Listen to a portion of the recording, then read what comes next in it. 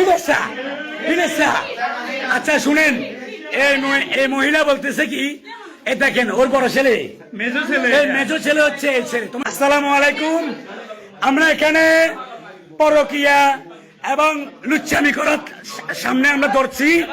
এ দেখেন এই মেয়ে তার হচ্ছে ছেলে মেয়ে 4 জন রেখে, সুমন ছেলেটাকে যে ছেলের সাথে বিয়েছে, এই ওনার হচ্ছে হাজবেন্ড হচ্ছে উনি বিদেশ থেকে লক্ষ লক্ষ।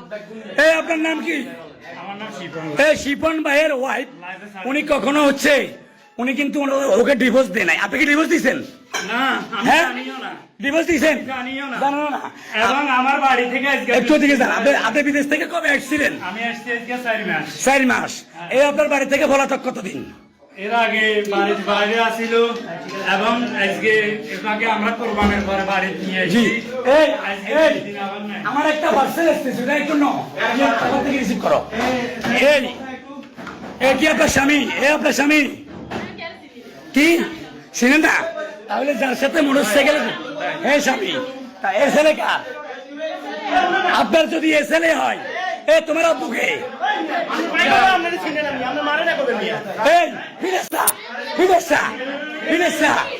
আচ্ছা শুনেন, এই মহিলা বলতেছে কি, এ দেখেন ওর বড় ছেলে, মেজো ছেলে হচ্ছে এই ছেলে। তোমার নাম কি?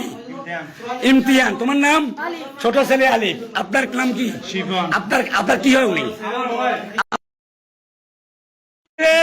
পরকীয়ার সাথে ধরা খাইছে, সবাই শেয়ার করে দিবেন। এ হচ্ছে এদের কারণে মানুষের সম্মান, সংসার সব নষ্ট হয়ে যায়। প্লিজ ভাইয়েরা, গায়েস সবাই শেয়ার করে দিবেন। পরকীয়া করে একদিন এক পুরুষ নিয়ে আসে। আমরা আজকে শুনতে পেরে আমরা হচ্ছে সাথে সাথে তাৎক্ষণিক হচ্ছে আমরা ব্যবস্থা নিই। আর